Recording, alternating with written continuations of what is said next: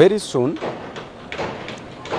a number of taxes are going to be raised, increased. We know the high cost of living that is on the shoulders of the Kenyans, the burden resting on the shoulders of Kenyans, that they can't even make both ends meet.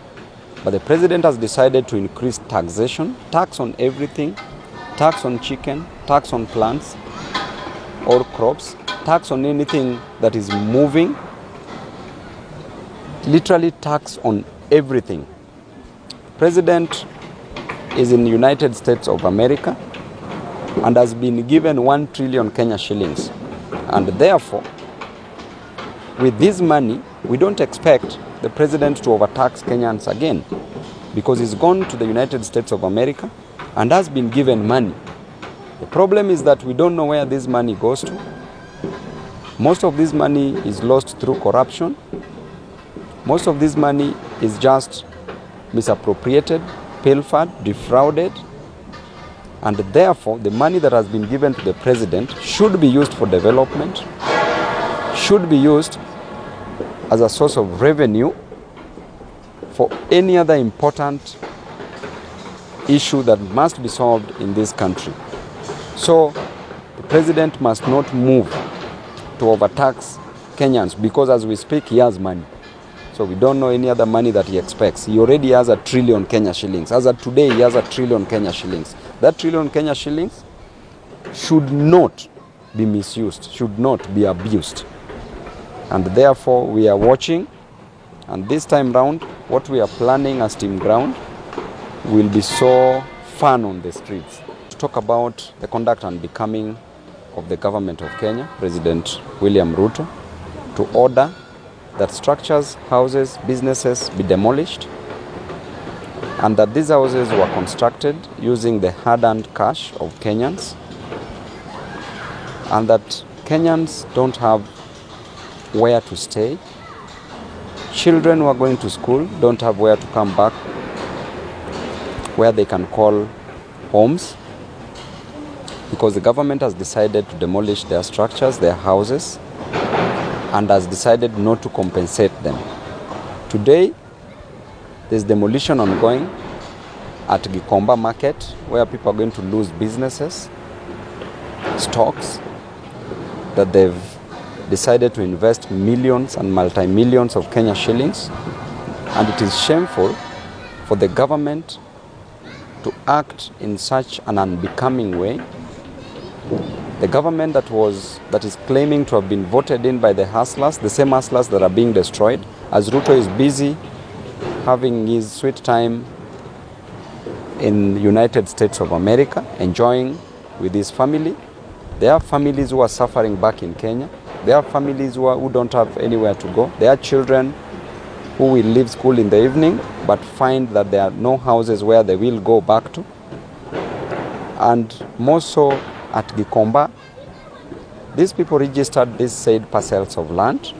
They were issued with title deeds as proof of ownership. Some were given allotment letters as proof of ownership of these said properties. And now the government is demolishing their properties without even proper consultation, without even information on how they will be compensated. And therefore, I want to urge the traders at Gikomba market and those people whose houses have been demolished throughout Nairobi to register with my office, present copies of their title deeds or allotment letters. I will take this matter to court. I will file a constitutional petition, and the prayers we shall seek for will be costs that shall be borne by the government. The second prayer that we shall seek for was declaration of violation of rights of Kenyans. We will seek for damages, both specific damages, general damages, and any other cost that shall be deemed fit for the people of Nairobi.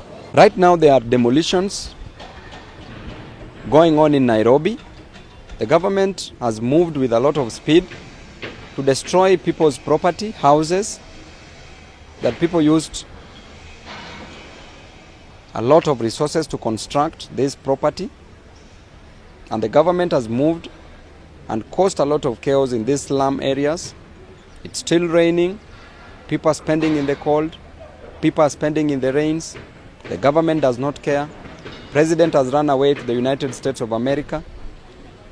He's gone there to have fun, because when we see him, he's just greeting people, merrying around, using 200 million to hire a private jet, while that 200 million can be used to resettle these flood victims, further adding insult to an injury by destroying their houses. How inhuman can President Ruto be to move and destroy people's structures, houses, businesses? We will not take this lightly as Nairobians, because this is affecting so many lives. Over 40,000 lives, over 40,000 families in Nairobi are being affected. They are being left homeless, and the president is advising them to build on the hill. The only house on the hill is State House. So should they come and get accommodated at State House? And number two, you constructed the affordable housing, the houses that you've been promoting day in, day out for hustlers. Why can't you give these hustlers these houses? We don't support the demolitions that is taking place across Nairobi, and that is affecting the livelihood of so many families. Children cannot go to school simply because they don't have where they will come back to as a house. So we need to treat Kenyans with a lot of respect, treat Nairobians with a lot of respect. And these demolitions must stop with an immediate effect. Thank you. Thank you very much, Kenyans. I want to talk about the junior secondary school teachers. These teachers have been frustrated by the government. The government has refused to confirm these teachers as permanent and pensionable teachers. They were promised 1 year ago that they were going to take the internship program for a period of 12 months.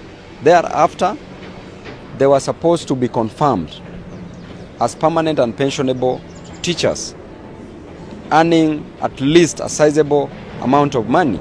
Right now, a junior secondary school teacher is earning 17,000 Kenya shillings. That teacher has children, has other expenses to take care of, rent, food, clothing, transport, children to pay fees for them, and they cannot afford using that because the money is too little. In the hardship areas, the JSS teachers should be paid 47,000 Kenya shillings, 47,000 Kenya shillings, and in other areas they are supposed to be paid 38,000 Kenya shillings, and therefore the government should keep their promise. The court has already made a ruling, and the government should not go against this ruling. There should be no contempt of the court's decision to employ the JSS teachers as permanent and pensionable teachers, and therefore they should not be discriminated on, which is against the spirit of the Constitution. They should be treated as normal teachers. They should be given these jobs because they deserve these jobs. And as Babu Owino, together with other members of parliament, we stand with the JSS teachers. Thank you and God bless you.